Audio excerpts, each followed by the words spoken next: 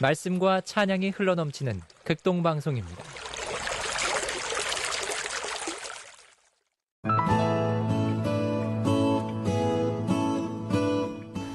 안녕하십니까. 말씀이 힘이 있어 흥황하는 교회 신월 중부교회 최영강 목사입니다. 예수님께서는 나사로를 죽은 지 나흘이나 지난 후에 다시 살리셨습니다. 이 일로 인하여 나사로의 누이 마르다와 마리아는 예수님을 위하여 큰 잔치를 벌였습니다. 언니 마르다는 예수님을 위하여 음식을 준비하고 동생 마리아는 값비싼 향유를 예수님의 발에 붓고 자기의 머리털로 그 발을 씻었습니다. 이 일로 인하여 아름다운 향유 냄새가 그 집에 가득하게 되었습니다. 얼마나 아름다운 모습인지 모릅니다. 그런데 이런 아름다운 모습에 찬물을 끼얹는 일이 일어납니다. 그것은 마리아가 값비싼 향유를 예수님의 발에 붓고 그의 머리털로 예수님의 발을 닦아드리는 모습을 보고 있던 가룟 유다가 그 비싼 향유를 300데나리온에 팔아 가난한 자들을 돕는 데 쓰지 않고 허비한다고 마리아를 책망한 것입니다. 이런 가룟 유다의 말이 어쩌면 너무 당연한 말처럼 들릴 수도 있습니다. 그러나 이런 가룟 유다의 말 속에는 한 가지 큰 잘못이 들어 있습니다. 그것은 영적인 일과 육적인 일에 있어 어느 것이 더 중요하고 어느 것이 더 먼저인가 하는 우선순위가 바뀌어져 있다는 것입니다. 가룟 유다는 눈에 보이는 일이 더 우선적인 일이요, 더 중요한 일이라고 생각했습니다. 그래서 그는 눈앞에 있는 가난한 사람들을 돕는 일이 예수 그리스도의 발에 향유를 쏟아 붓는 일보다 더 중요하다고 생각했던 것입니다. 그러나 마리아는 그렇지 않았습니다. 마리아는 가난한 자를 돕는 것과 같은 눈에 보이는 일도 중요하지만 그보다 더 중요하고 우선적인 일이 있다는 것을 알았습니다. 그 일이 어떤 일입니까? 그 일은 인간들이 가진 육신의 배고픔을 잠시 해결해 주는 일이 아니라 보다 더 근본적인 배고픔, 즉 영적인 갈증과 영적인 배고픔을 해결해 주는 일이었습니다. 예수 그리스도께서 이 땅에 오신 목적이 무엇이었습니까? 그것은 인간들이 가진 육신의 배고픔을 해결해 주시는 일이 아니라 영적인 배고픔, 즉 영적인 기갈을 해결해 주시는 것이었습니다. 물론 예수님께서도 인간들의 육신적인 배고픔을 전혀 모르는 채 하신 것은 아닙니다. 병든 자들이 있으면 병을 고쳐주시기도 하셨고 배고픈 자들이 있으면 그들의 고픈 배를 채워주시기도 하셨습니다. 그러나 그런 것들만 바라고 자기에게 나오는 자들을 향해서는 너희들이 언제까지 이런 것만 바라고 나에게 나오겠느냐고 책망하시면서 안타까워하신 것을 보게 됩니다. 우리가 일상에서 당하는 모든 문제들의 근본적인 원인이 무엇입니까? 그것은 죄 때문입니다. 그 모든 문제들이 죄로부터 비롯되었습니다. 그러므로 그 모든 문제들을 근본적으로 해결하기 위해서는 무엇보다도 죄의 문제를 먼저 해결해야만 합니다.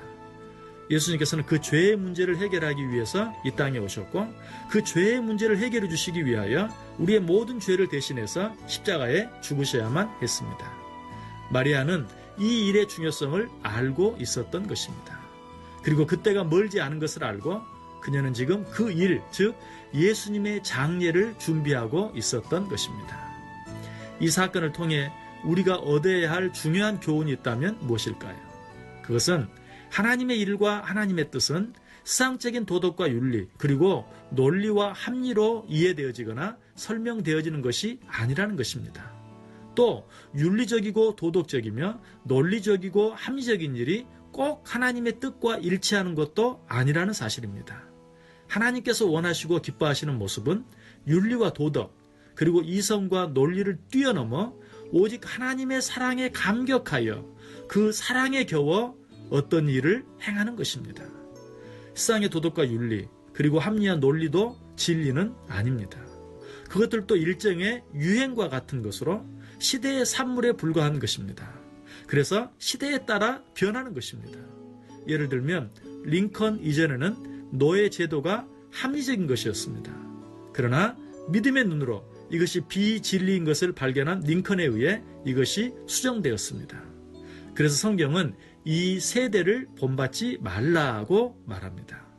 그렇다고 도덕과 윤리 그리고 합리와 논리는 필요 없는 것으로 버리라는 말이 아닙니다. 그것들이 목적이 되어서는 안 된다는 것입니다.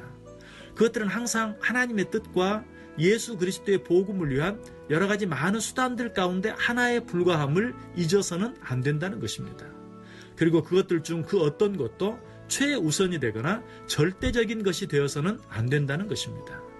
제 아무리 합리적이고 논리적인 방법이라 할지라도 그것이 하나님의 최고의 뜻인 사랑과 화평에 맞지 않는다면, 그리고 예수 그리스도의 복음에 방해가 된다면 과감히 포기할 수 있어야 하고 버릴 수 있어야 한다는 것입니다. 이러한 사실은 우리의 가정을 예로 들어 생각해 보면 너무나 분명해집니다. 만약 우리의 가정이 합리와 논리만 존재하는 곳이라고 가정해 보시기 바랍니다. 그 가정이 얼마나 삭막한 가정이 되고 말겠습니까? 합리와 논리만을 따지는 부모와 자녀, 그리고 합리와 논리만 인정하는 남편과 아내, 생각만 해도 끔찍합니다. 이런 가정에는 절대로 진정한 기쁨이나 진정한 행복이 있을 수 없는 것입니다. 그렇습니다. 진정한 사랑은 합리적이고 논리적인 것까지도 기꺼이 포기할 수 있는 것입니다. 그리고 진정한 행복은 그런 곳에만 존재할 수 있습니다. 부디 저와 여러분의 가정과 교회, 그리고 우리가 살고 있는 이 세상이 인간적인 합리와 논리만이 지배하는 곳이 아니라 진정한 의미에서의 사랑과 용서, 그리고 헌신과 봉사가 있는 곳이 되어 우리의 가정은 행복한 가정이 되고 우리의 교회는 아름다운 교회가 되며 이 세상은 진정으로 살만 나는 세상이 되어줄 수 있게 되기를 간절히 소원해 봅니다. 지금까지 말씀이 힘이 있어 흥황하는 교회 신홀 중부교회 최영강 목사였습니다. 감사합니다.